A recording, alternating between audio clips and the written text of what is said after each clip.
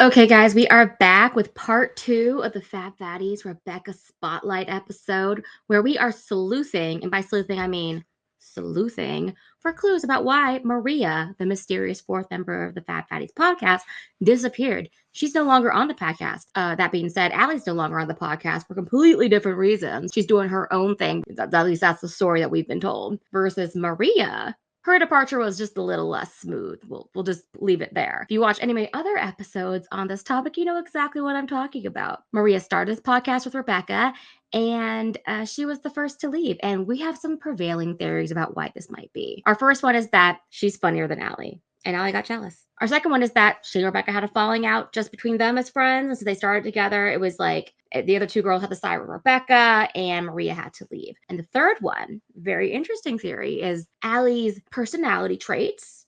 If you don't know, talk about watch the previous Allie Spotlight episode. Drove a wedge between Maria and the rest of the group because Allie had it out for Maria, and that's why she left. Of course, it could be all three. What I do know is I don't think Alyssa was that involved. I think she's probably more of a neutral party who just chose sides because she wanted to remain on the podcast. But yeah, we're going to the part 2 now. We've learned a little bit about Rebecca. We think she's an Enneagram 5. She's got into the whole fat activism space because of her love of fashion. And she used to be a very prevalent fashion blogger because we know this podcast, Fat Activism, is all about getting access to fashion, or at least that's all they talk about the majority of the time. Occasionally they'll talk about some fat activism in terms of like medical issues, but it seems like that's more of like Allie's avenue. But yeah, guys, we're gonna jump right back into it, and I hope you have your drink with you. I've now graduated to a pink drink. No, it is not alcoholic. I'm just tired, and when I'm tired, I get loopy. Oh, this one is pretty cool. Like my Keurig made it. It's like an iced tea refresher thing. It's like 70 calories. It's great. And no artificial dyes. And I'm not a big artificial dye person. And I thought that was pretty cool that they're dyeing it with like, I don't know, like kind of like beet extract or some crap like that. You know what I mean? Anyways, guys, let's go back at part 2. We're trying to do this in 4 parts. I don't know if I can film all of it today, but we definitely get part 2 out of the way. And then, yeah, we're going to have these episodes coming out back to back. Also, I just want to mention really quick, the name of this episode is Are You There Earthlings? It's me, Rebecca, and I've heard that she's like really into aliens. It sounds like a very Enneagram 5 thing to be into. They're like very alien-like themselves. I don't mean that as an insult. I just mean like they're just known for having more of like a cold, sterile type personality. Even if they're not technically cold on the inside, that's definitely their presentation. We actually just talked about that in the previous episode with Rebecca's personality. So there you go. Yeah, let's get started. Keep your eye out for them clues. And I don't think many people think of me. I don't think many people think of me.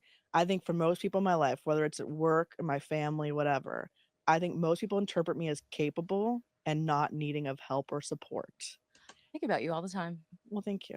And so I think that I often don't get someone checking in on me, or I might feel capable of being like, I'll step in here, but no one's like, but when do you need rest? Like I don't feel like I get a lot of people that are actually looking in on that. And part of that is like, I've lived alone for over 10 years.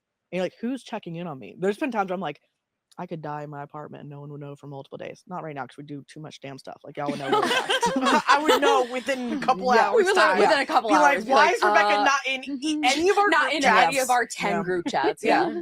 And I think part of it's just like dynamics. Like my mom knows I say it. My mom waits for me to go to her. My sister waits for me to go to her. I for the most part, go to all my friends' houses. I go to my siblings' houses. People don't come to me. And so I feel a lot of that. That's interesting. I talked about this with the Enneagram 5 types in the previous episode, but there is that hypercompetence thing there with Enneagram 5 types. They definitely do value their competence. And so that's how people are going to perceive them. So I do totally get what she means, but like people aren't checking in on her. I thought it was interesting that Allie jumped in right away and was like, I think about you.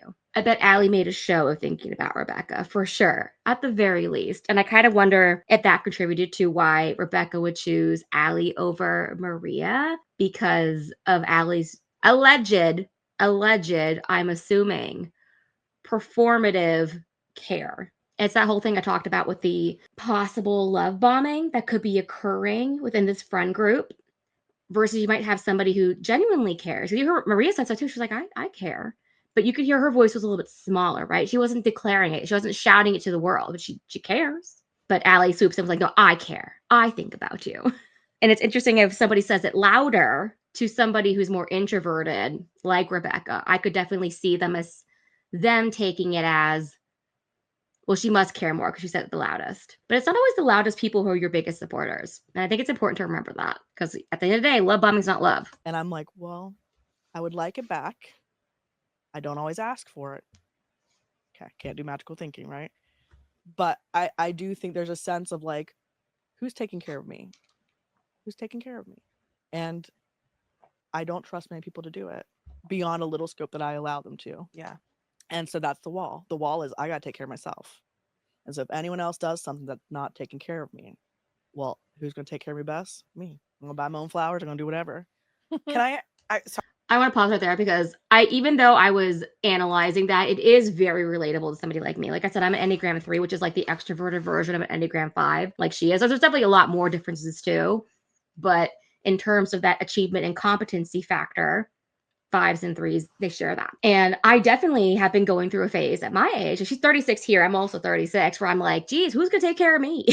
Right? I'm not married. I don't have kids, not by choice. I've definitely been wanting to get married and have kids like my entire life. It's just never worked out for me. And I'm still holding out hope that it will. But it's like, dang, I would like to rest. I would like to have a husband who, they help take care of me and I took care of the kids. And it's like a chain of care, right? A reciprocal care, basically, right? Where you can fulfill each other's emotional needs and things like that. I do think that some people are okay with being alone. I think they're the exception to the rule. I think the overwhelming majority of humans need to be partnered. That's my personal opinion. I think humans are meant to be partnered together. And when you don't have a partnership like that, it's very, very stressful on the soul, on the body, on the mind. We were just meant to care for another person and be cared for by another person. Because like, what is being human? What is living if not like perpetuating the species? Like, we're not supposed to die out, right? That's not our biological imperative. We didn't come on here to like not reproduce and not have kids. And like I said, it's not everybody. Some of y'all will be like, well, I don't want to have kids. That's fine. That's fine. But you're like the exception to the rule. I need you to know that. For most people, the reason why I think we have those traits of needing to care for others and be cared for is so that we can perpetuate the species, have children, etc. And so when you're not fulfilling that, she has to be hyper independent. She has to be hyper competent in order to compensate for that lack of care. And it's very sad. It's very relatable. And I don't want to put her down for that, even though I'm like analyzing it in terms of, looking for clues over why Maria left the podcast. We can still find clues in those rare, authentic moments, authentic and relatable moments, just a little bit. I know it's like to be a woman in her mid-30s. Sorry, with the wall. Mm-hmm. Do you talk to the wall? Do you have conversations with the wall? No. You don't? I don't know what that looks like. That's okay. That's okay. We will get into that on your episode. No, we won't. I'd love to know what those conversations look like. If talking to the wall means something happens and I'm like, they got other fish to fry right now, they're not thinking of this impact on me. Yeah, I talk myself down from taking it personally. Oh, no. I mean, like, talk to the wall as in, like, oh, I need to wall. Feel. No, I don't mean like sitting down. Can you for a care drink for me with the today, wall? wall? But I think. Are you there while it's me, Rebecca? I don't think it's I crack myself up. I don't think it's an unusual thought to be like, oh, I'm not feeling safe in this environment, so I'm gonna be extra guarded, or so and so did this last time, so like, yeah, is the wall in place? Like, I feel like it's not weird to have like internal check-ins to be like, can I handle this? And I'll say this, and this happens to me in dating a lot. I don't feel like I meet people who are good enough to know me. And that seems very egotistical. But like, I literally mean morality wise. Yeah. Are there values in a place where I feel good with them getting to know me? That's why my circles are small. Do I feel like they're a caring person? Y'all are in my circle, so don't feel excluded from that. Y'all are in my circle. That means I do feel this with you. But dating wise, yikes. Like, yikes.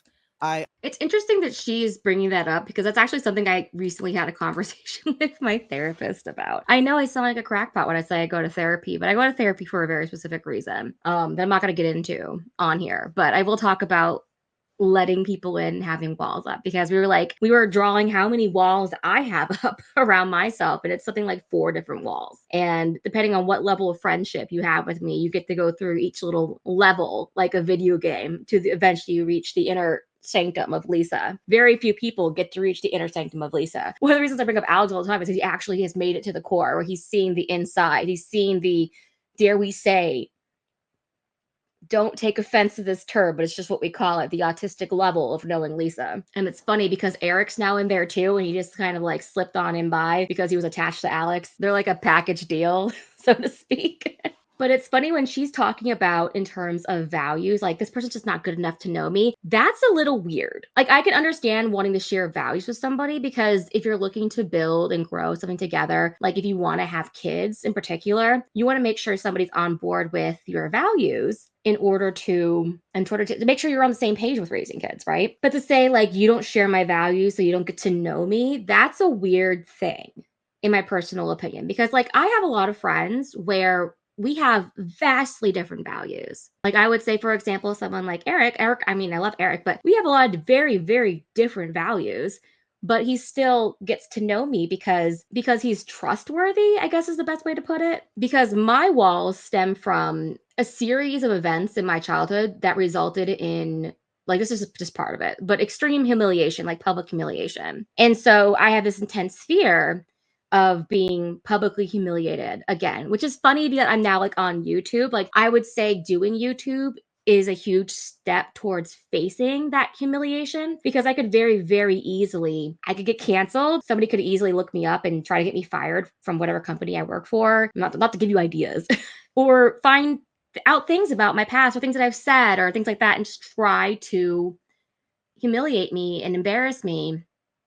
And there was a point I got to in my life, and this is what I talk about too, like working on my speaking skills and how I'm not as big of a fat activist as Alex. Like Alex is the big activist and I'm like his supporting ally. But my channel is so much about like the losing weight and building my confidence and meeting all these goals. That's why I'm the goal king, right? So much of it is overcoming that fear so that I can like grow as a person. And I'm choosing to do it in a quite an extreme way, right? I'm speaking to you on the internet and you guys have been wonderful and very receptive to me in that fear. And I look at it as, I got to stand by the things that I say. I have to sometimes admit that I'm wrong publicly. And I have to face the possibility that one day somebody might try and come for me and try to publicly humiliate me in a way that is similar to traumatic events in my childhood, even in my adulthood. So I guess what I'm saying is, while I think what Rebecca is saying about the values-based thing of keeping people out, I think there's some truth to that. I feel like she's probably that kind of person where she's very judgmental. At the same time, I think there's more to it. Not to project my own issues onto her, but I'm just gonna say somebody who's around the same age, who grew up in the same time period. I know what it was like to grow up around other millennials of our same age. I'm just saying I think there's more to the story. I would not be surprised if she also has a wall up due to a fear of rejection of who she is and her core self, due to the fact that she's probably was rejected for that reason when she was younger, or other reasons that they may have said it was due to that, but it was actually due to something else. That's like more of a common reason for having your walls up. I know that's, for me, like part of the reason why the humiliation fear runs so deep was an outright rejection of who I was as a person, humiliating me for very core, intimate moments of my life, things like that. It's very, I know it's very vague and hard to explain, but as much as she's saying, I don't want to let them in to see me because we don't share the same values, I think it's that fear of being seen. It's that fear of being seen that she's most afraid of. So you can make up reasons of things like, we don't share this value and that value and that value, so they're not allowed to see me. I think you're just afraid of being seen, and so you have to make up a reason. Okay? That's just my own personal opinion. I could be completely wrong, but I think I'm a little bit right. I know, because I've been there. I don't feel like most people have values that hold up to the values I expect to be treated with. Well, I do think that with having a high level of empathy and having a high level of being self-aware enough to say, hey, I'm a very sensitive person, people like that do tend to be a very good judge of character. I'm not saying that you prejudge people. Maybe you do a little bit, but I think that you're a very good read. You read people very well. You you get a good read on people. And I think that I noticed that you have some of those, like, those instincts, right? That you feel like, ooh, I don't know, right? And you listen to yourself. And I think that you got to give yourself credit for that, instead of like, oh, that makes me hard to date or whatever. Like, you got to give yourself credit for that, because you listen to yourself and you trust your own voice. And not everybody does that. Yeah. Why do I feel like this is a conversation that they've had before about other people? Perhaps other people in the room. Maybe I'm just paranoid. I feel like there was a little bit of manipulation going on. And when Allie was talking right there, it very much felt like Allie was like, hey, remember that thing that we talked about the person sitting to my left? And how you're feeling a little intuitively weird about it. I'm just here to confirm that you were right about it all along. That's what that felt like to me. It might not be about that entirely, but just the way that she said it made it sound like it wasn't the first time that she said it. And so, yeah, they're talking about dating here, but they could be talking about friendships as well. It very much felt like, what was it, Palpatine? Yes, yes, give in to your hate, Rebecca. That's what that sounded like. So like, okay, like, so for example, with the Billy example, right? Rebecca's guarded. That means I have not decided that Billy gets to know me. That's You know what I mean? And not that against Billy, but that's how I am in life. yeah. Like, I haven't decided that person gets to know me, and it takes a minute for me to decide. What in your life created that process? Probably negative friendships. Anything in particular like stand out for like, oh, I was wronged? There's definitely been things that have affected the way I see friendships. I had a really bad falling out with one of my closest high school friends. We went and roomed together in college. They tell you not to do that. Do not do that. Do not do that. Uh, but even then, like, that was probably my first instant of really feeling disrespected by someone. She like threw up on my bed. She had people Oh. eating and smoking cigarettes in my bed. It was just like trying basically to Yeah, push me, yeah. right? I was going to say for a second, I was like, what did you do to have this falling out with that friendship? But no, that actually sounds reasonable, because I said in my previous episode, not this one, but the previous one before the last one, about the Fab Fatties. I mean, the last, you guys know what I mean. The one that was all about Ellie. That friends don't really fight that much. Like, if you're fighting a lot with your friends, that's weird, especially if you're an adult. And it's weird to have multiple really bad friendship breakups. If you have a lot of those, like, that's weird. That's really weird. A little bit more forgiving when you're in like the college age, or you're becoming an adult at that point, you're making that transition. But definitely if someone's throwing up on your bed, smoking in your dorm room, which, by the way, we're the same age, okay? Smoking in dorm rooms, not allowed. That one, understandable. Understandable. If they were fighting over something that was really petty, I'd be like, Rebecca, what's your part in all this? But no, that's I'll fully take Rebecca's side on that one. Yeah, I don't know. I don't know that there's any one singular event that has caused that, except for that it's definitely been a culmination of my experiences. Yeah. Okay. Mhm. Can I ask a question? I feel like there were 5 over there.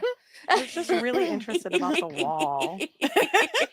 All right, make a note. We need to talk to Alyssa about her And wall. I feel like I need to like put some little string lights on my wall. You and then put can. a little welcome mat on my wall. And you You can could start looking like decorate the it. wall from Stranger Things. I'll where have a you little start talking checklist. to You have it. to check out, like, do you meet this checklist? And you can touch the wall. We gotta know. My emotional support wall. Gosh, now I'm like, now I've like lost where like I wanted to go with all of that. But I think I do know. Kind of with, I guess, in that same spirit, I'm wondering if there's any part of you that has this, like, is there any kind of fear that if you do start to feel your feelings and feel your emotions and let it out, that it's just, you're not going to stop? Yeah, it's interesting because y'all have said that about therapy. I really don't know if that'll be me. Like, I realize people process differently. Mhm. I realize it. It's funny because the only time I can remember being so emotional in the last year was when I got broken up with in April of last year. And it was a blind side, so that Yeah. caught me off guard. And there was a time before, like a couple weeks before that, where he had done something really upset me, and I was crying. I was like, I think I told you, like, I was driving while crying. Like, it was like one of the worst cries I'd had. And yet I do stop at some point. like I feel the feeling. I cried. I got it out. and it took a while. But I will say the emotions with him took the longest for me to get over. Sure. And they're probably part of it is because I felt wronged by him. Mm. I felt manipulated. I felt blindsided and tricked. And I tend to get mad because then I get mad at myself because I think you knew some of this was wrong. You could have made the call. You didn't. You believed what he said. You let yourself get tricked. That wasn't your And fault. so a lot of it's like me thinking I did something to contribute and then walking myself back from Yeah. my level of responsibility for dealing with it. Like he still lied to me. Like what am I supposed to do, right? Yeah. People's behaviors, I can't control them. Yeah. And so I don't know that I feel like once I feel them, because I feel like I do feel them. I just feel them in a way that's very different than how y'all feel them. Sure. Mostly because I'm not a crier. But I don't don't know. maybe And I am a only- crier. I don't know. I Well, was no, there. I only Well, ask yeah, that. I have days where I cry. It's just Right. I don't cry easily. It has to be a really big event for me to cry. And I only ask that because I was very much like that for a very long time. Like nothing made me cry. I would joke like, unless a dog died in a movie, you could not get me to cry. Like I like if a lady died, like I get like nothing. Like unless it was Marley and me, I was not crying. Nothing. Now commercials make me cry. Alyssa makes me cry. Everything makes me cry. Like it's like Oh, don't I know it? for me, it was like as soon as like I started like allowing myself to feel those things. So I Mhm. was just curious, and I wonder if there's I have like no any idea. kind of barrier that we just need to break for you. Chip, chip, And chip. I'm on that mission. Yeah. That's so interesting. I talk about this a lot. You hear me say it again, that I think that physical health and mental health are intrinsically linked. Not to say that Rebecca is a naturally emotional person who's not allowed to be emotional, or at least able to be emotional due to her body size and whatever physical health impairments are happening there. But I do know for myself specifically, there were years where I didn't cry once, like years and years and years. And for the last 2 months, I've cried every single day. I know, surprise, right? No, it's just like Alex calls it the tortured Mo phase, but I'm not crying every day because I'm morbidly obese and out of super morbid obesity, although that might be like Alex's take on it to some extent. It's more like because I worked so much on my mental health last year, I did cognitive behavioral therapy, which helped release a lot of very negative emotions over my like PTSD, that I felt like I was better able to break through the weight loss plateaus that I was going through because, when you're depressed and you're anxious, you might be able to diet, but maybe you're not exercising, right? Or maybe you're just not able to diet as much as you want, or it's very difficult to maintain a deficit and be depressed at the same time. Not that you have to be overeating, but just maintaining your weight. And that's kind of like the area that I found myself in. And I just finished the cognitive behavioral therapy program before last summer. And I was able to jump into the gym and get my weight loss started again. And I was doing that over the fall, the winter, spring. I lost like 30 more pounds by that point. And now I'm here trying to get more and more, mental health breakthroughs. And I did. And like I was making mental health breakthroughs around the time that I finally entered into morbid obesity. And it was interesting to me because as I was making those breakthroughs, I would lose more weight. I was able to just be stricter with myself. I was able to stay more regimented. And so it's kind of like all coincides. Now I can see that more easily because I actually am doing like mental health therapy versus for a lot of other people who are not doing it in such a regimented way, they might not see the connections between the two as easily. But I honestly don't believe I would have made it to this point of morbid obesity if not for therapy. And I say that for a very specific reason because I've been here around this weight before. Like this shirt that I'm wearing, I wore back in 2019. That's the last time it fit, basically. And I had just started grad school. I was at my lowest weight I'd been in years. I was around 245 pounds. I'm not 245 pounds right now because I have more water weight and more muscle mass than I did back then, but body fat percentage is the same. When I hit a huge roadblock, when I started having a lot of stress from grad school because I was being bullied by my clinical professors. Yes, I was. I was being bullied.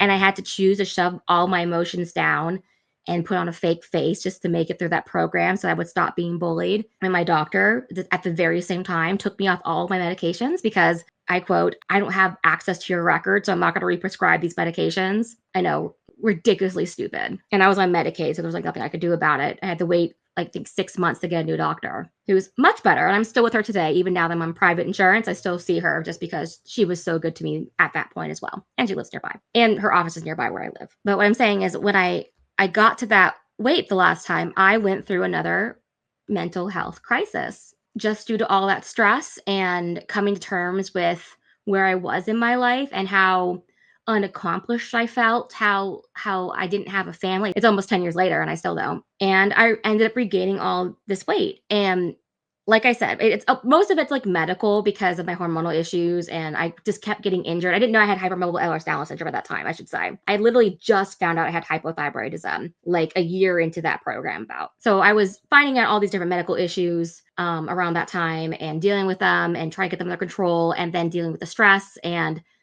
the mental health issues around that point. And because I was not supported mental health wise, it made it so much easier to regain. And that's not to say I was binge, because I don't have an E followed by the letter D. I don't have those behaviors, but I did gain 100 pounds. I did gain 100 pounds over the next, what was it? Like I said, 4 years, I want to say. Yeah, over 4 years, which is, basically overeating by 500 calories per day. It doesn't seem like a lot to overeat by 500 calories per day, but it's definitely enough. It's definitely enough to overeat by that to gain 25 pounds per year. And that 500 calories is the stress eating of I need the energy to deal with this stress. I need the hyperpalatable food to deal with my mental health issues. It's not eating 5,000 calories extra, which would be the binge. It's just 500 calories per day. It's a slow gain. It's physical health issues compounded by mental health issues that result in weight gain due to overeating. And now, when I've hit the same wall in morbid obesity where I, basically was last time, I'm not regaining because I have that mental health support that is allowing me to continue to break through and get through morbid obesity. And that is, as Alex calls, the tortured mo phase. It's so funny. Anyways, yeah, he said he's going to interview me on it, and hopefully we'll talk about it more there, but I'll basically just reiterate this in more detail. But yeah, just to bring it all back around again, I would not be surprised if part of the issues that Rebecca struggles with are due to that compounding of mental and physical health issues. I think it's a lot more common than people think. I mean, who knows? Because I've never been to therapy. Y'all are convincing me of it. I have a question about it. I'm poor. Oh my God, Alyssa, wait your turn. I'm sorry, but I literally have a question about. Sure, go ahead. Is there reluctance to go to therapy? Not so much reluctance. It's I have to do the process. Like I have to go find the therapist. I have to pay for it. What am I going to say? Like I do have a couple things that are happening in life that I could talk through, but it seems like most of the stuff that I feel like I want to talk about is more so because I see the way y'all talk about things. And I'm like, why am I not having those conversations? Right. And I also know that I don't have to be like y'all, but there are a certain extent like, okay, is something wrong with me because I'm not doing these things. I'm not feeling those emotions. Well, I can probably explain that to her. Even though she has a 4 wing, in my personal opinion, they're all actually Enneagram 4s. Enneagram 4s are very reactive, emotional personality types. And so they're going to be able to feel and talk about their emotions far more easily. For people like me and Rebecca, that is significantly harder to do. You're way more up in your head. You're far more intellectual. You intellectualize everything. And when it comes to weight loss, like let's go back to the weight loss topic really quick again. There are times where weight loss is purely mental, and that can only get you so far though. And there's times where weight loss has very strong emotional components. You have to deal with the emotions around the losing weight, and you have to have both of those things in your toolbox, in my personal opinion, to actually lose the weight. Now, I am very good at the mental side of things. Alex is very good at the emotional side of things. I feel like Alex has had to learn the mental side while he's definitely, mastered his emotional side. And I've had to learn the emotional side while I've mastered the mental side. And so if I had to do like a diagnosis of this group right here, I mean, I don't think Rebecca's very emotionally open. And therefore, she would have to emotionally open up in order to access that part of herself that can deal with the weight loss. But she's probably very mentally there. Even if she sometimes gets herself in the mental loop, she's very compartmentalized and she's able to intellectualize and probably buckle down and get things done when she needs to, which is a good quality. Now, the other 3 should have better access to their emotions. I don't know to what extent they do. Clearly, they are very emotional people, but there's having openness and access to emotions, and then being able to utilize those emotions effectively. And what I mean by that is an easier way of saying it is the emotions are out of control. So yeah, you have all those emotions, but you're supposed to be good at emotions, not let them out of control. And I don't think the other three, I can't speak for Maria. She's not there anymore, so I haven't seen as much of her. You can see she's a lot more calm and collected here, so I will give her the benefit of the doubt. But when it comes to Alyssa and Allie, who are way more outspoken, definitely do not have a tight hold on their emotions. And you can definitely see how it's getting the better of them, which once again is probably contributing to why Maria left the podcast. Someone would argue that it's the other way around and that there's nothing wrong with you Well, and I was that. going to say, like, in the conversations that we have together, I feel like you are kind of already on that playing field of being able to engage in those conversations and have those thoughts, think through, walk yourself through those things that you've mentioned about us, right? That we're able to walk ourselves through things. I feel like you're able to do that. And maybe it's, I honestly therapy feel like is not for everybody. It's not. I think there's a lot of childhood stuff I've never talked about. I'd be interested in diving into. I And would love there's to talk about also that today.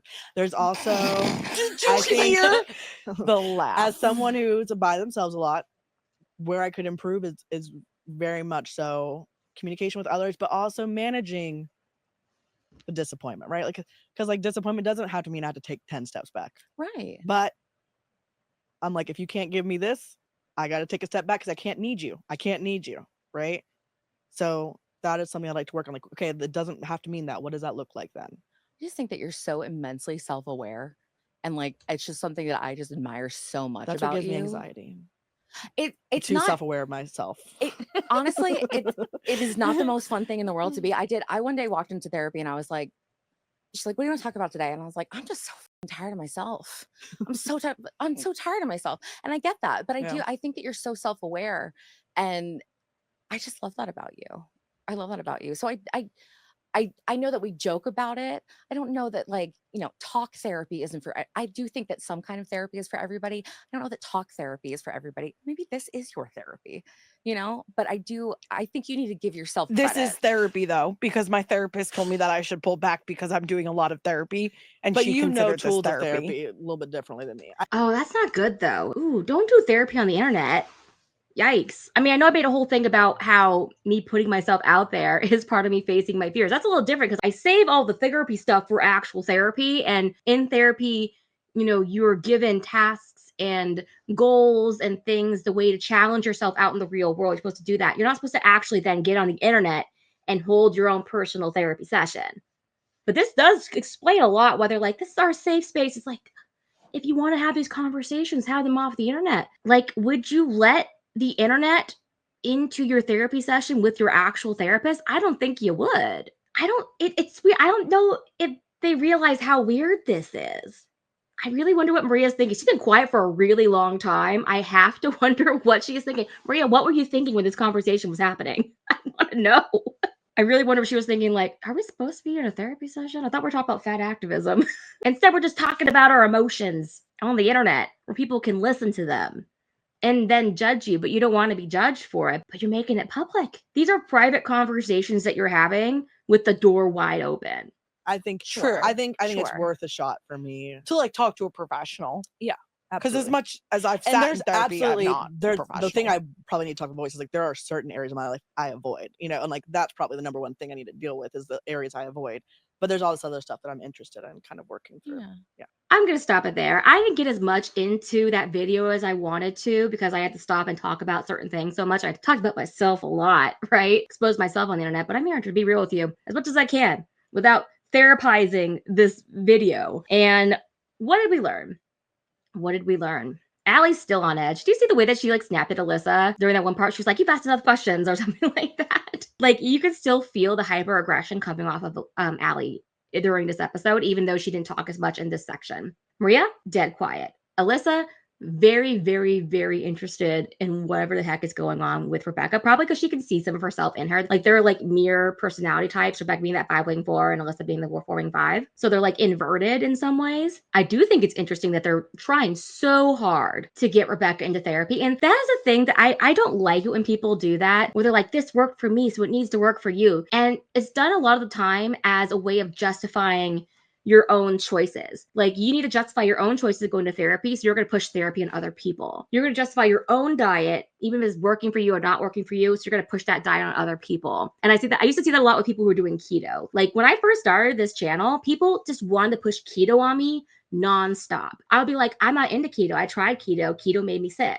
And people were like really weird about me eating fruit. It's happened like 3 years ago, guys. And people are like definitely have lightened up more now. People are not as anti-fruit now as they were like 3 years ago. But it's things like that. So you have people who come in and it changes, from time to time. But it's that weird projection of, I'm insecure about this, but if you do it, I can be more secure in my choices. I actually saw this once when I was in grad school. So when I talked about the clinical professors in my grad program bullying the students, including me, I was one of the most bullied. A lot of the girls really internalized that. Now, I knew it was BS from the beginning because I'd actually worked in the real world and then went to grad school, but a lot of these girls were straight out of their bachelor's degree and then going straight to get their master's. And they didn't know anything about the world. They never had a real job, like a real salaried position. And so when they would hear people say, well, this is how the world works, they would believe them. And I was like, that is not how the world works. Sorry.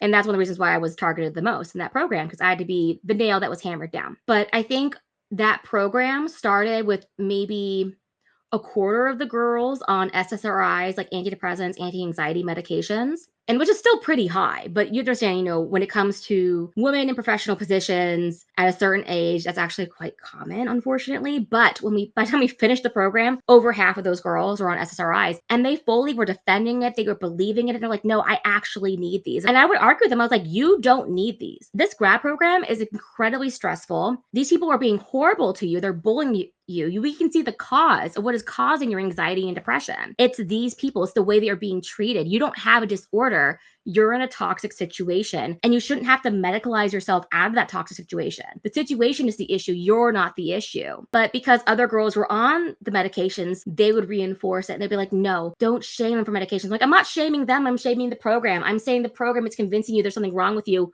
when there's nothing wrong with you. But they would just reinforce it, and they're like, I will take the pill. It was the weirdest thing to me. And at that same time, when I was complaining about my depression to that terrible doctor, and he was saying, well, I should put you on this medication, I refused. And he got all snippy with me. And he's like, well, you're not letting me help you. And I was like, I told you what the problem was. I can see the source of my depression and anxiety. Why do you have to give me a pill when I'm telling you I know what the problem is? But that is far more common than people realize. And it's so interesting how, wow, that's toxic ritualistic reinforcement, isn't it? I guess it doesn't just apply to eating behaviors.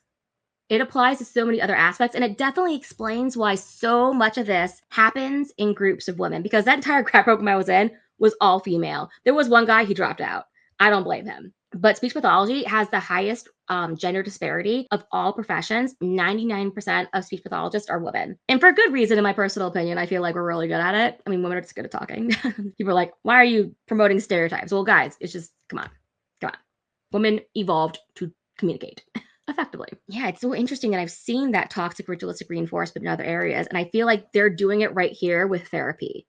Right now, it's like, we're all in therapy. You need to go to therapy too. Yikes. Well, guys, that's it for right now. Hopefully we'll find some more clues in the next episode. And I don't know when I'm going to film that. Probably not today at the, edit the first one and try to edit this one. I'm going on vacation tomorrow. And when I get back, I'll record the other ones. And like I said, guys, don't be surprised when July 1st comes around and there's no episode dropping. I'm so sorry. I'm on vacation. And when I come back, I'll be working out a lot. Definitely more episodes are coming, just be a little bit more sporadic. Hopefully like 3 or 4 per week, but not one every single day. And I so appreciate you guys being here. I'm almost at 2,000 subscribers. I think when I looked last, it was 1,990. And let's see if I can get to 2,000 before July 1st, right? Just like and subscribe. And I appreciate you guys for being here, as I said, and talk to you later. Bye.